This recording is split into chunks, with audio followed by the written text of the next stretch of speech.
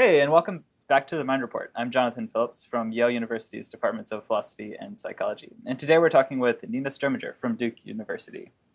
Welcome, Nina. Hi. It's great to have you here. So Nina did her PhD at Michigan, and she's now is now a postdoctoral associate at Duke University. So we're going to be talking today about personal identity, or that sense of self that we all have. Or, as I like to think about it, the psychology of, dude, you're not even the same person anymore. And That's a really good way of putting it. Thanks. And Nina has spent, the last several years actually studying that question. So why is it that we, and when do we say, dude, you're not the same person anymore? But, that I think it also ties into a lot of interesting philosophical questions about, what is personal identity and what is the self? So maybe you can just start by talking a little bit sort of about the earlier research, and then we'll talk about the more recent stuff later as well. Okay. Well, I guess I could start by saying how I became interested in this. Yeah. It was when I was watching some episodes of The X-Files. As one does, I was just sort of binge watching X-Files on Netflix. And I noticed that there were certain episodes where a person's soul would leave their body and go into another body. And this is actually referred to in screenwriting biz as the soul switch, that sort of narrative structure. And I noticed that not all the psychological properties of the person's soul would necessarily obtain in the new body. Right. And I thought, well, that's interesting. And we really didn't have, me and Sean Nichols, who's been my co-author on almost all of this, my collaborator, we didn't have any real specific hypotheses about what it would be. I mean, probably it's going to be, psychological traits more than physical traits. But beyond that, what other traits would it be? It was very sort of atheoretical to begin with. So were you guys watching X-Files together? No, and I feel like I need to defend his honor, because not only was he not watching any X-Files, but he explicitly forbade me from making any reference to the X-Files in the manuscript. He is actually pretty hands off in the editing process, but there were a couple times where I wanted to put a footnote or two that was spoiler alert for season 3 episode 11, and he was we're just gonna delete when the soul this. transfers, they don't like peanut butter sandwiches anymore. Right. Yeah. Sean being a philosopher, I can see him. Right. No, I mean, he's plenty nerdy, but just not in that particular dimension. Yeah. Good. So you started watching X-Files, and you found the gripping question that you were going to devote several years of your life to. Yeah, no, it's funny how it never starts off that way. I mean, we just thought this was it was very whimsical. But then when we started to look at the traits that were coming out on top, we noticed that they tended to be psychological and specifically moral traits. And we thought, well, that's interesting, especially in light of all this philosophical work that places an emphasis on memory, particularly episodic memory. So what do you mean by episodic memory? There are, there's a few different types of memory, but the two ones that we're sort of consciously aware of are declarative memory, which you might think of as facts about the world, like Paris is the capital of France. And then there's episodic memories. Those are things that happen to you, like your visit. You might remember your visit to the Eiffel Tower. But those are, as it turns out, at a cognitive level, instantiated in completely different ways. Actually, when it comes to the way we conceptualize the identity of other people and ourselves, also considered distinct. So people do value their own memories of their own experiences as being more constitutive of their identities than facts about the world. So if they were to lose declarative memories, that's not considered as devastating to personal continuity. But if you forget the actual experiences you've had or something, then somehow that feels much more good. Yeah, and it also seems like it turns a lot on the exact type of memory. So not just the memory system, so episodic memory, but also whether it's very positive or negative or just neutral sort of memory from the past. So really strong good and bad memories those are what's really, and particularly it seems like in social relationships, so like bad or good things that have happened to you, like, with your family or loved ones, and those are things that if you lose them, they're seen as changing your identity much more than just, for example, losing memories of like your commute to work. I mean, those are episodic memories, but they're considered basically, and we do test that specifically. It's considered less important if you lose those memories, less important to your identity than becoming nearsighted. It's really just like at the very bottom. Wow. So so forgetting that certain episodic memories is fine. I mean, I might actually forget almost all of my episodic memories, right? But there's going to be certain ones that if I really forgot that, right, forgot, maybe something like meeting my best friend or something. Yeah. Then that seems somehow more important, at least intuitively, right? Right. And so I think that, one thing that we take away from this research program as a whole is it's not just that there's certain parts of the mind that are important to identity and certain ones aren't, but that it's hierarchically arranged. Some are it's just to varying degrees. Memories are somewhere in the middle.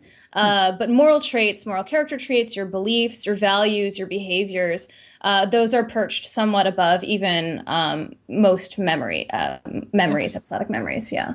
Yeah. So can you just walk us through maybe sort of an early experiment to try to so I can get a handle on how exactly you guys showed it? Right. So probably the most basic way you could think of it, and this is study 1 in our paper that just came out in Cognition, is where you have a man, Jim, who's lost part of his brain, but the doctors replace it with a microchip. And then depending on what condition you're in, you see that Jim has either no cognitive change, so just that physical change of losing a little bit of his brain tissue, or he has a low-level cognitive injury, which is, in this case, visual object agnosia. He can no longer recognize objects when he sees them. So that kickball in the background that's behind your head, he wouldn't know how to identify that. For example. Or he develops apathy, which is a clinical syndrome where all the things that you used to desire and that used to interest you and your preferences, those sort of fall off and you're not interested in them anymore. The other is episodic amnesia, so he doesn't remember any events that happened to him before the injury. And the final condition is he loses his moral compass. He no longer knows the difference between right and wrong. And so we find that in the order that I just said them, that's isn't the increasing order of how important it is to identity, with memories, losing your moral compass being considered the most devastating to who Jim used to be. Jim is really no longer the same person at all if he doesn't know the difference between right and wrong. So, and that's the question you guys asked them. So is Jim after this, someone implanted something in his brain, is Jim still the same person? Right. Yeah. And we ask it in a few different ways, depending on the study. You can ask, is the transplant recipient still Jim? We've asked, does this represent their true self? Is this who they really are? I mean, all of those ways of asking, although they are subtly different, and philosophers would consider them also conceptually very different. We find that all of them kind of result in the same pattern of responding. Right, interesting. So, I mean, one thing that's interesting about that case, right, is it seems like it was sort of against Jim's will. It sounds like someone in the way you set it up was sort of deciding sort of what Jim would do. So, I mean, do you think that there's something specific about that and then morality where, if you're making someone do something evil, that seems to be a really special case, whereas... So we thought so too. Leanne Young and Larissa Heifetz, who's her postdoc, and I ran some studies where we specifically manipulated whether you intentionally took a psychopharmaceutical drug or not, or whether someone made you do it. And it changed different traits. And we found that whether you intended to take the drug or not didn't matter, which is puzzling, right? But maybe people are more insensitive to the decision to take the drug.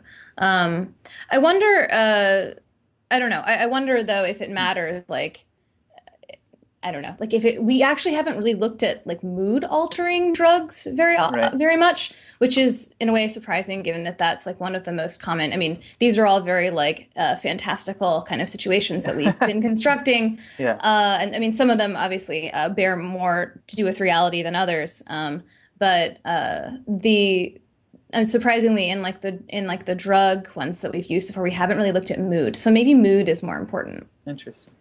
So basically, I mean, another way to think about that is that, well, it just shows that the effect you're finding is really robust, right? It really is something about how we understand who other people are, or what makes up the identity of someone else, right? And then it seems like if that's true, and so then maybe it really wouldn't matter if someone surreptitiously slipped a computer chip in your brain that somehow could change these traits, or if you decided yourself, well, these are really kind of the things that I change. I mean, both of those changes still seem like sort of they're extreme changes, and as you said, I mean, maybe we aren't at that stage where we do have drugs or computer chips that can really do that sort of thing.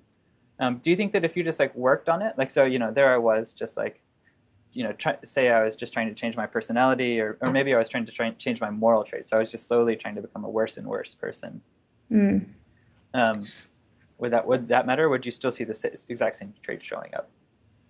Well, I mean, one thing that I'll say, and we don't, we have data that speaks to this, where we look at first order and third order desires. So where first order desires are, you see the cake and you want to eat it because it's delicious. Yeah. The third order desire is, well, the cake is bad for me and I'm on a diet and I probably shouldn't eat it. And we find that the third order desires, which you might also associate with more like with willpower and with those are the things that are associated more with the self. Yeah. So, I mean, then this is really consistent with the language that we use when we speak about akrasia or weakness of will, which is that, you did it in spite of yourself. Right. So when I eat the cake, but I've still got that nagging feeling that, oh, come on, you shouldn't be doing this. Right. Like it wasn't really Jonathan that ate the cake. It was, his like low willpower. Then there was a moment of weakness. Yeah, I'd like to believe that it wasn't really me that was eating the cake. Cool. So, but then it also seems like, if you are finding out something sort of more deeply just about the self, then it should apply to like lots of cases, not just sort of when someone changes over time or something like that, right? Or not just cases where there's sort of a weird neurosurgeon. It should really change a lot of like a huge number of the way, or a huge part of the way that we understand other people, and which changes it would make, which things would persist in cases like soul switching, like the ones that you were talking about.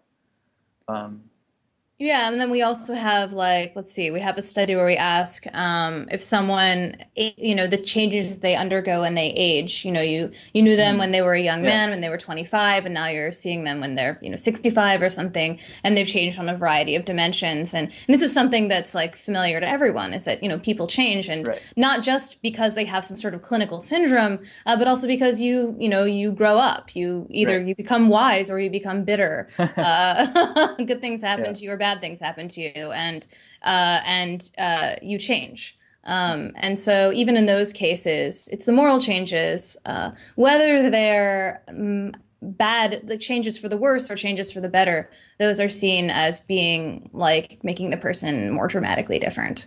Interesting. So if you take sort of normal cases that say like my grandparents experienced as they got older, where they lost a lot of memories. I mean, their physical body definitely changed a lot. And then in some ways, I think their personalities changed a lot too, right? And their cognitive abilities changed. I mean, maybe they were less social, maybe they were less good at remembering things, maybe they weren't as quick as they used to be. But it's none of those things that's making me think, well, my grandmom's not really the person that she used to be. It's the fact that she's like, now she's just kind of like pretty nasty and and mean to everybody when she sees them. Right. Yeah, and this is something that family members of people who have different sorts of dementia will often like complain about, like that.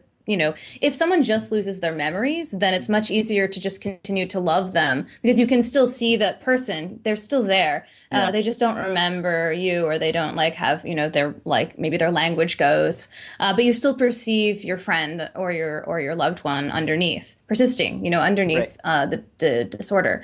But when it's a change to their like socio-moral capacities, Hmm. if they become a liar, or even in some cases, I mean, I think this is, I guess, an empirical question, but if they become better people. And I've talked about this before, but Yeah. with my grandmother, Yeah. when she had dementia, one of the first symptoms that she had, because she was always just like a mean, kind of cruel person, may she Yeah. rest in I don't know where peace. you get it from. Yeah. No, I don't. It skips a generation, so my parents are very nice. But yeah, she was not like the warmest person, and one of the first changes that like as her brain was just like deteriorating that happened was she just became so nice and so warm and so Huh. full of compliments. Yeah. And this is really when we were like, something is wrong.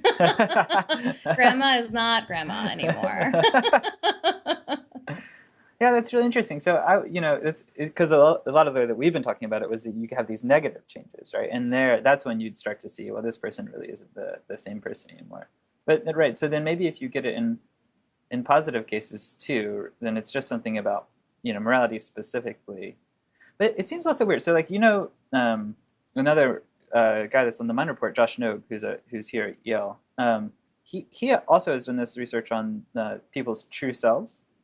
And so in general, what he finds is that people think the true self is the morally good self, right? So, one of the studies which I think sort of helpfully illustrates is that he takes participants and then he asks them he asks them a question which they can say whether or not they're conservative or they're liberal, right? And then he tells them a story about, say, something that the conservatives and liberals would disagree on. So say it was that there was some man who he started out as a conservative Christian, and he really went around and tried to convince other people that homosexuality was wrong, right? And then he worked really hard at this. He really he firmly believed it. He would but then later he himself got into a homosexual relationship and then left the church and just embraced a homosexual lifestyle, right? So now if I'm remembering correctly, I think what Josh found was that depending on whether or not you're conservative or liberal, people would answer differently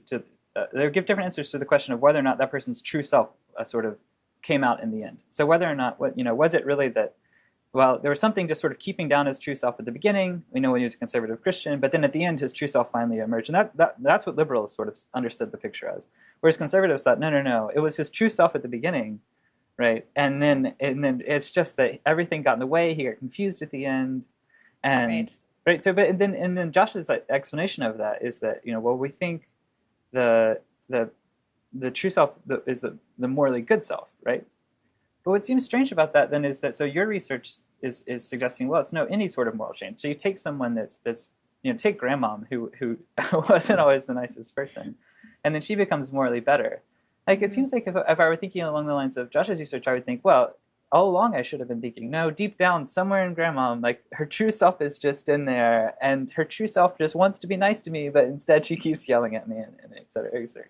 Right. So, I mean, and I had like, at the time I had sort of, I wasn't clear on what kind of naive model to apply to my grandmother's mind, right? Yeah. Is it that she always had these nice thoughts, and then she just had this sort of like all these weird barriers that Right. now like the disease has kind of stripped away and we do see her true self? Right. Or is it that she's fundamentally changed? So I love that work that Josh has, and I'm really sympathetic to the view that there does seem to be an asymmetry where we prefer to see people as fundamentally good rather than fundamentally bad. Although this might, depend on your kind of view of human nature. Mm-hmm. Like if you're more of a Hobbesian or more of a Lockean, I suppose, or a Nobesian, I suppose. I don't know what the adjectival form is for that. Like a Nobian. I think that one's fine. Yeah. But I think that I'd like to push against this idea that it's always the true self is always good. Mm-hmm. It might be so take the following example. Imagine a man who he loves animals. Mm-hmm. He's a vegetarian. He loves to paint. He's sort of an artist, and he also tried to exterminate the Jews. Right.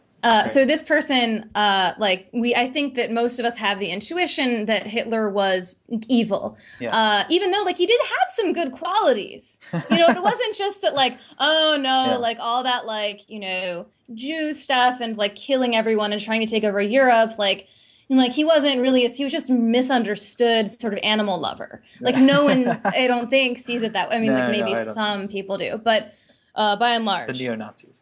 Right, yeah, that's right. Yeah. But yeah, most of us still see, and I think that's the same thing with psychopaths. These are people who we are willing to say they are a bad seed. They're evil to the core. But as to whether there is like a general bias to seeing people as more positive, I think that's quite possible. Right. So maybe you've suggested that there's no real conflict between your research and Josh's. It might be that Josh is picking up on some sort of, there is some asymmetry, that we are overall, all things considered, slightly more biased towards seeing like the true self as good. But that's sort of neither here or there. I mean, for your research, because what your research is basically showing is that morality is really important for personal identity. Right. And it can go either direction. Yeah, and one of the key things that it was meant to, I guess there were two sort of previous theories that we were really trying to address. One is the view that in philosophy that psychological continuity, which had usually been conceptualized as episodic memory, so having a continuous inner narrative, that is really what is important for personal, identity continuity. And so to knock down that pillar, which has really been, that has been the canonical view for a long time. Yeah. And I think that's like the least radical view that's been canonical for a long time. I mean, there are more extreme versions, as I'm sure you're aware, in philosophy, where like, either like that it has to be physical continuity or bust, or like if there's any sort of psychological discontinuity, then like all of identity just crumbles, which is also seems, at least, now we've demonstrated for folk notions. I mean, we can't really speak to sort of these larger metaphysical questions of what identity really is. Yeah. Right, yeah. we can't really, our studies can't and don't intend to address that. But then, it's funny though, because when I talk to philosophers about this, they think it's interesting because of what we've shown with memories. But when you show this to psychologists, many of them say, oh yeah, that's obvious, and that's because for a few reasons. But one of them is that the view of identity has largely in psychology revolved around conceiving of identity as being about like how to like identifying, like how do you distinguish yourself from the pack, and so it's really the most distinctive features of ourselves that make us who we are. And it seems like that's not true either, because when we look at, let's say that you really like jelly beans. Is really liking jelly beans what made Ronald Reagan who he was? Well, it is a very distinctive feature, but it's not really what made him who he is. Yeah, right. Yeah, that seems right. Wait, so then, but I mean, now you're just sort of raising the question, well, why does morality matter so much? What's going on there? Yeah. I mean, with memories, I had, we philosophers had an okay idea. With physical continuity, we also had a pretty good idea of why that sort of thing might matter for the metaphysical question. But, in our folk understanding of people, why morality? Yeah, so this is something that we have also been puzzling over. And I think there's a few ways you can answer it. One is at the level of mechanism. So how does it come to be that morals are more preferred? And Sean and I have a sort of a story about that we can talk about, but probably the question that you're really interested in is, why at an ultimate level, like why would we value these things more than other aspects, parts of the mental traits? And our provisional answer is just that the whole reason that we even make distinctions between individuals in the first place is because we want to figure out who are good affiliation partners, who are good business partners, who are good romantic partners, who are good like friends. And if you're really keying into those, you're seeing people in those terms, then maybe you don't care about what their memories are. You don't care about whether they can identify objects. You might not even like super care about if they're really bright. Right. But the thing that's going to matter when it really comes down to that the most is whether they're honest, whether they're decent, whether they can be trusted, and so forth. Right. So that's what we think is going on. Interesting. So the thought is, well, if I see somebody once and I find out they're really bad, right? And like I shouldn't really be keeping track of that guy. Like I should not let that like I shouldn't confuse that guy with somebody else. I need to keep track of that guy and make sure I stay away from him. And then maybe And similarly with cooperative people. well, right. So, Yeah. and this is one reason, I guess, a priori reason to think that positive and negative traits are both pretty important. Right. Yeah. Yeah, that's nice. So it seems like on this explanation though, you should really see first and third personal differences, right? So it seems like because the explanation you're giving is really how I keep track about other people, but I shouldn't be so worried about myself, right? I shouldn't. I mean, it's hard to lose track of your. I mean, maybe it's easy to lose track of yourself, but at least in the sense you're talking about, I shouldn't see these effects maybe arising in first person cases where I change my own moral system changes. Is that right?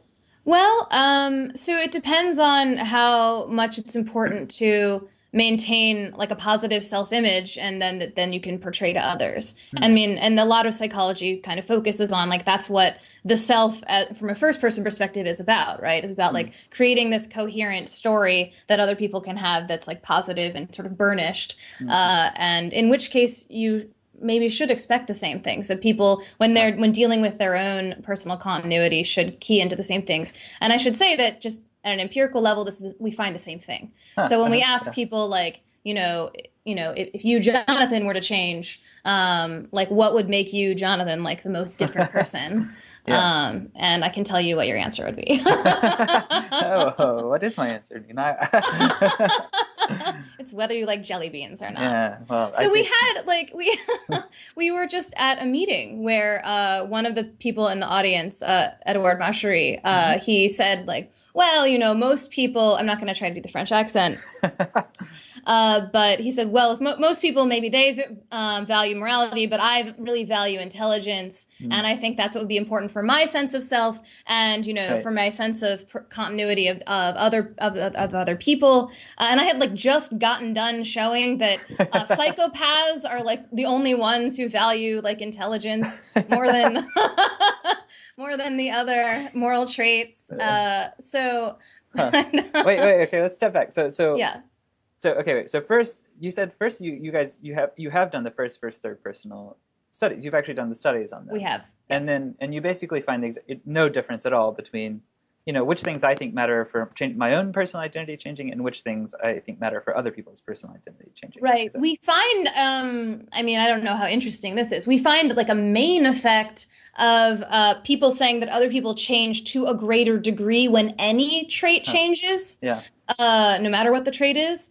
But in terms of the overall pattern, moral traits are still at the top of the heap for first-person judgments. Good. And then moving back to humble right. Edward, you've actually also done these studies on psychopaths. So you've been asked psychopaths in particular whether or not which things they think would matter for other people's whether or not other people change. Is that right? Yeah. So what we okay. So we did it. We've done it in a few ways, and I should also just because if like any of my colleagues are listening, they will not allow me to say that we've looked at psychopaths. We've looked at psychopathy, the personality trait, which there's like natural variation. Most normal people don't score a 0 on the psychopathy score scale. They score like sort of like kind of low, but not at 0. Yeah. And these questions are just things like, is it okay to ever take advantage of someone for your own gain?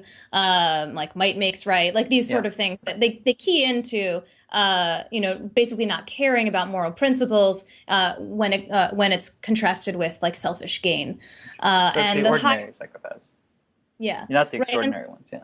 Well, right, like we don't have like, have you ever killed 5 or more people? But that'll be our next thing. We actually do want to go into like person populations with this because I think it would be important to show this with like clinical populations as well. But it's fair to assume that like the people who are scoring at the very top of our scales, they do meet, they would probably meet the clinical criteria for psychopathy as well. We just, we just didn't use a very advanced instrument.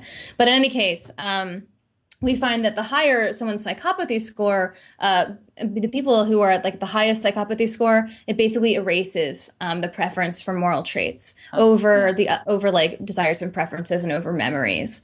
And similarly, the people who are like in the bottom quantile, who are lower than average in psychopathy, and so these are basically like kind of moral saints. These people really value morality even more than the average person. Interesting. So when when the ordinary psychopath sees you say, are you asking them questions like which of these things would matter for whether or not the person is the same person, or are you giving them a story in which that thing changed and you're asking them? We're doing both. You're We're doing okay. both because we did it both with. I think I've mentioned both of these paradigms already. One in the case where there's a brain transplant, and you have you either remove the moral trait or you remove the desires or the memories or whatever. And then we also have done it with if you take a pill.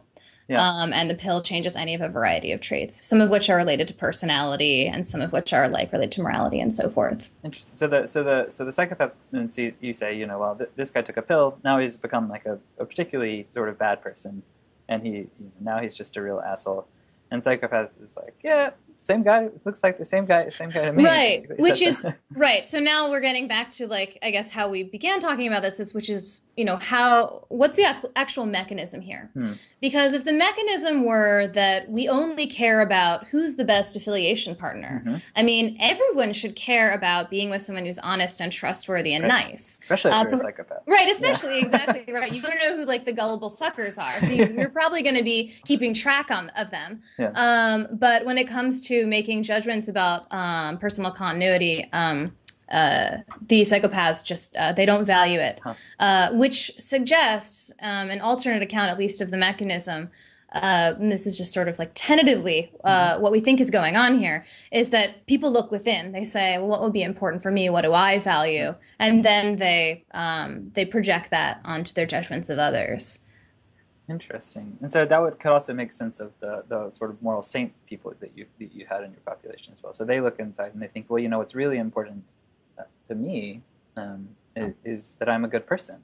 Right. And so if someone else lost that special morality. Right. And then when Edouard Machery looks inside and he says, what's important to me, it's being, the smartest person ever. And so that's what's important for other people as well. Interesting. Yeah. Yeah. So it suggests that you'd get a lot of variation. Not just on the moral things, but on lots of different types of personality traits that might matter for personal identity, right? So like so take Edouard. Edouard seems to, admittedly, really privilege his. We should pick on him. I suspect this bias is present for like all academics, right? Yeah. So take your average academic, who and she really prizes her intelligence, and then intelligence should really matter for her, and then take someone that it's just not particularly interested in being intelligent. It's not something that's ever really, been very interesting to them. You should see intelligence mattering less for them. If you have this sort of simulation account, and it seems like you get a lot of sort of individual variation just depending on which things are most important for me. Yeah, right. It just when you look at it in the aggregate, what most people agree most of the time is that moral traits are the most important. But any given individual is probably going to have some blips and exceptions. To what they value the most. Interesting. Yeah. So maybe right, and that would also fit really nicely with your sort of the lack of much of a finding between first and third person cases, right? So whether I'm thinking about personal identity for myself or for others, if the sort of mechanisms that you're proposing is right, then maybe we shouldn't expect to see it. In fact, we should see like a high correlation between like the things that matter for you and the things that matter for other people. Yeah. Yeah, and this is just so that we don't sound like this is totally original. It's actually really consistent with like a huge literature on like theory of mind, things like the false consensus effect, which is where, we tend to believe that everyone agrees with our own positions. And this just apparently is due to the fact that we think, well, what do I believe? Well, that must be what everyone else believes as well. Well, because I'm right. Yeah. All right. And right. Because you're right. And also because everyone's just like me. It's just the kind of narcissism effect. Yeah. Wait, so a lot of the cases we've been talking about are sort of, they're cases of sort of hypothetical cases that you give people. I mean, do you think that this is also just going to translate into sort of how we understand, like how I understand my best friend, not when I read a vignette about someone taking a pill, but like, the moment when I say, dude, you're not even the same person anymore. You've really changed. Do you think it's really going to be the same sort of throughout? I mean, if so, it could really matter. Yes, I do. Yeah. And I think that, the onus is on us and now other researchers to take this out into the field and show it in across different contexts. Yeah. Yeah. So one context I think you could be interesting to look at is like, at least a lot of the philosophical theories have thought, well, continuity of the person is going to really matter for sort of things like moral responsibility, right? So, if the person really just isn't the same person anymore at all, then like maybe I wouldn't, really want to punish them for things that they've done. Yeah. And I think that's part of why maybe, or at least some of the explanation of why people were sort of focused on memories. So, right, so like, I come to my defense and I've done something terrible, and I'm just saying I can't even remember it. I completely blacked out. I have no recollection of it. That just wasn't me. Right? Okay, so here's like an experiment that I think we should run. Okay. Are you ready for this? Yeah, let's do it. So it's because actually, like a long, long time ago, Fiery Kusherman and I discussed like a way to do this, but I don't think we were doing it right. And now I think I have an idea of how we can do it right. So you can imagine that if you had someone committed a crime, and then they they were hit on the head, and they either suffered from amnesia, or then their moral character changed such that they no longer had those intentions or violent desires. Right. I think of course, this is testable, but I think what we would find is that the person whose moral character changed is going to be deemed less culpable for the crime than the person who merely can't remember his crime.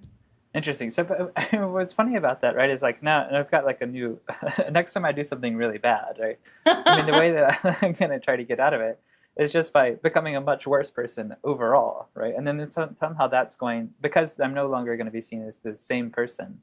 Oh, yeah.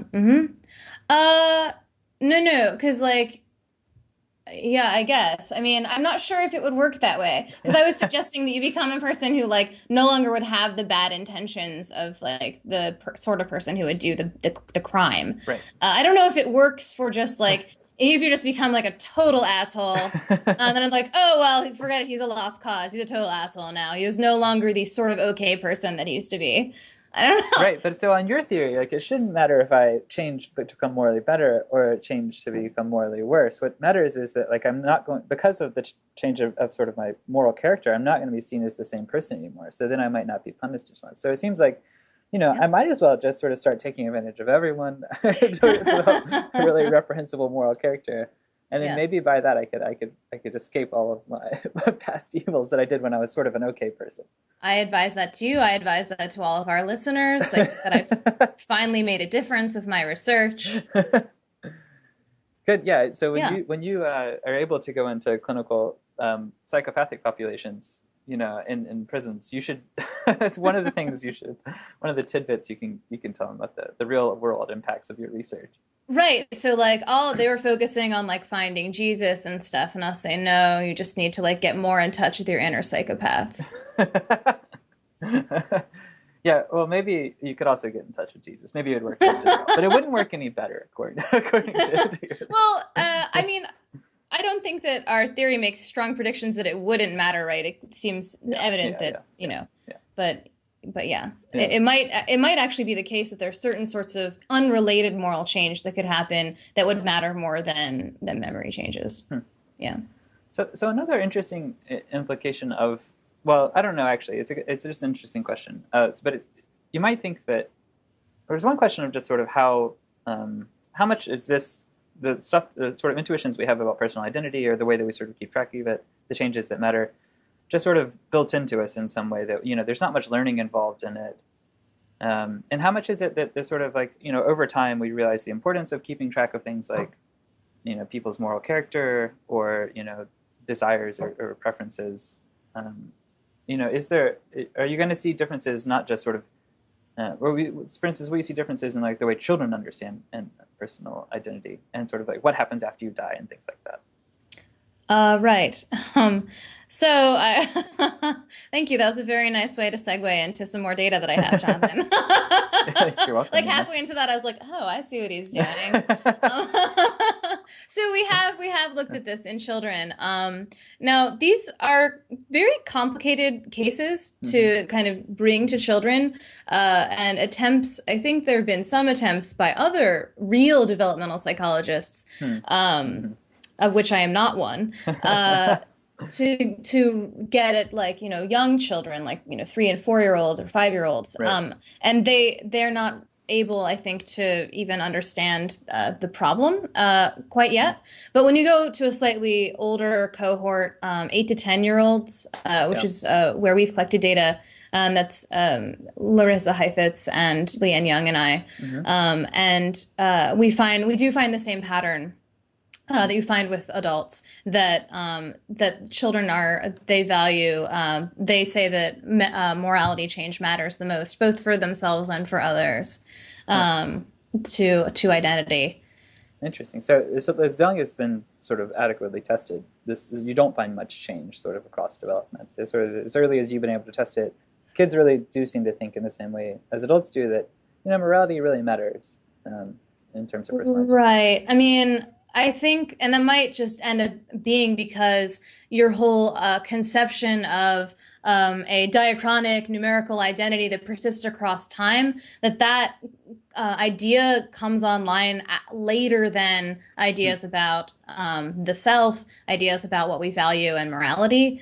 So it might not be possible. I mean, it would be ultimately, we do want to be able to see if is any sort of cultural developmental change, like what does affect this. Right. And Sean Nichols, Jay Garfield, and I are doing some work in Tibet now, Huh. on Hindus and Buddhists who Oh, have interesting. Yeah. differing Right. conceptions of the self and the self's permanence, to see if that makes a difference.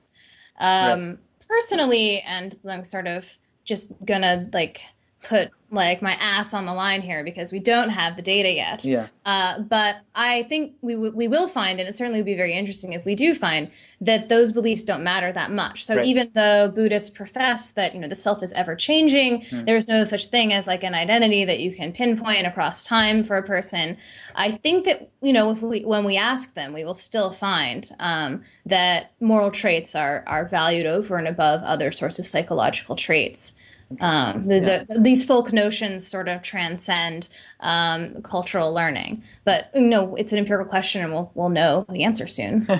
Yeah. Yeah. No, it's good. Making your predictions.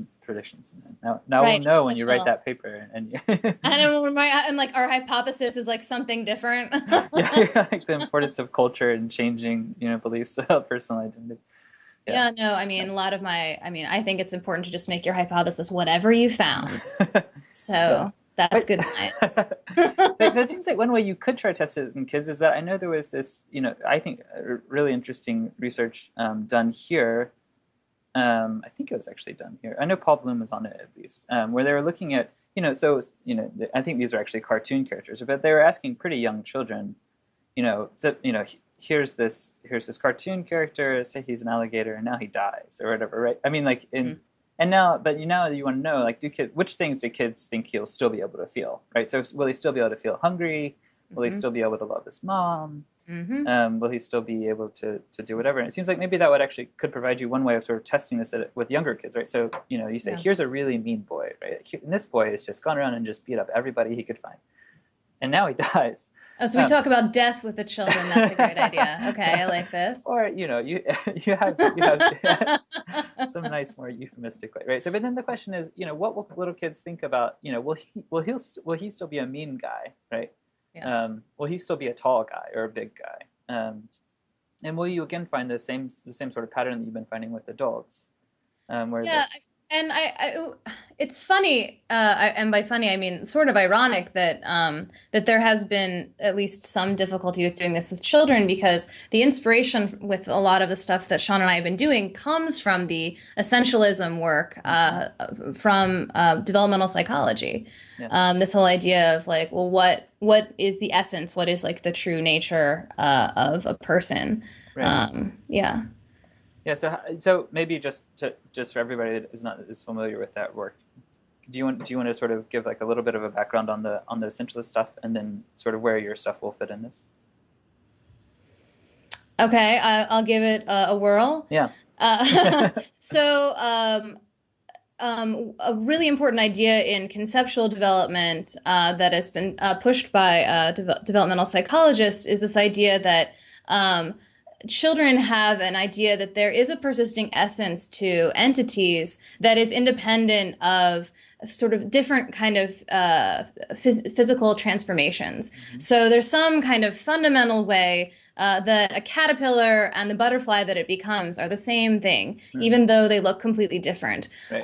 And so children appear to be attending to different properties that don't just have to do with physical appearance. So, for example, teleology, so its history, how it was created, how it was made, what the intentions were, and that this is really what contributes to the idea of the persisting identity, not just of a person, but of any sort of entity. Right. So you take, like, I think what some of the research that was done, you sort of take, let's say you took a raccoon, right, and then, and we know what a raccoon looks like, but then we start giving it, slowly we start changing it all the way. So now it's, we paint it black, and we give it a big white stripe on it. We make its, tail really bushy, and we make it really smelly, right? And then the question is it still a raccoon, or is it now really a skunk? Yeah. And little kids really, I think really pretty young actually seem to think that they get this idea that no, that's still a raccoon, right? Yes. Right. So maybe in the same way you think, well, given that little kids sort of get that sort of essentialist thinking pretty young, that maybe you should see something like that even in understanding other people as well, right? And maybe if the essentialism that you're tapping into is sort of a moral essentialism, you should expect to see these effects in pretty young children. Yes. Yeah, I think that that's totally right. And that Frank Kyle stuff that you're referencing, and also Susan Gelman has done a huge amount of work on this. I know that Frank Kyle's book, and most of that work actually just appears in a book, as far as if I'm remembering correctly. So there's like a huge amount of data that appears in his book that like just a lot of it hasn't been like tested since whenever the book came out, like in the late 80s or early 90s. But I remember sort of reading through it back when Sean and I were first working on this project, and there are a couple of studies in there where when he does the animal transformations, where he pitted like the psychological traits of the animals against their physical traits. So like if it looks like an elephant but it acts like a wolf, what is it really? Is it an elephant or a wolf? Yeah. And this is when you really begin to confuse the children. They're just like, I don't know. It's a hybrid. It's something weird. And so trying to kind of make finer gradations even than that would probably be a challenge, but there has to be a way. Yeah. So science will find a way. Yeah. Well, it seems like you could take this question with adults, and maybe you've already done this. It sounds like you've done a lot of just asking, not like when does someone change, but like what's going to persist after that person dies, right? So, which traits will persist in a person after they die? Like, are they still going to be morally good or morally bad? And then. Right. So if you take a morally good person and now they die, is the morally goodness of the person one of the things that if you believe in life after death, that's going to be one of their main characteristics after they die? So we've also done that, where we pit moral characteristics against more personality low moralization personality traits, and we say like if you could only bring one of these into the afterlife, which one would it be? And it's either a moral trait like honesty or trustworthiness or wholesomeness, or niceness, or it's a more personality related trait like and by the way, when I say personality, I just mean a trait that is low on moralization. I don't think there's any kind of at a psychological level a difference between what we're calling these moral character traits and personality traits. It's just that one is considered more related to morality. I see, yeah.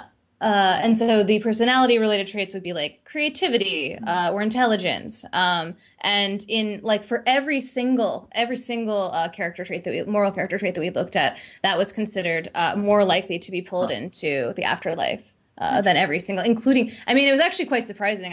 When we set out to run that study, I was like, should we even put intelligence and like some of these really good ones on here that like probably people are also going to value. But no, intelligence scored lower than all of the moral character traits, even like wholesomeness, which is like insane to me. Yeah. But that's maybe my own personal bias where I think that being smart is more important than being wholesome. Like a good academic. Yeah. Right, yeah. Yeah. Well, maybe this can actually offer us an explanation of why bad people need to go to hell, right? I mean, like, so if you think that why, when people die, right? So they're going to die and they're going to take their sort of bad moral character with them. But now, I mean, it seems like it's not going to work out for them in heaven. I mean, if they're in heaven, they're going to have to start doing all this good stuff, and then they won't even be the same person anymore. So, right, yeah. So the bad people are just going to have to end up in hell, just continuing to be bad. And that there is no moral redemption in hell. I think that, that's the way it was always taught to me. And the way I like to think of it. Yeah. And with that, good fire and brimstone ending. Yeah. Thanks so much for being on the show. It's really fun. Thanks for having me. Yeah. Look forward to hearing more. Okay. Right, bye. Bye.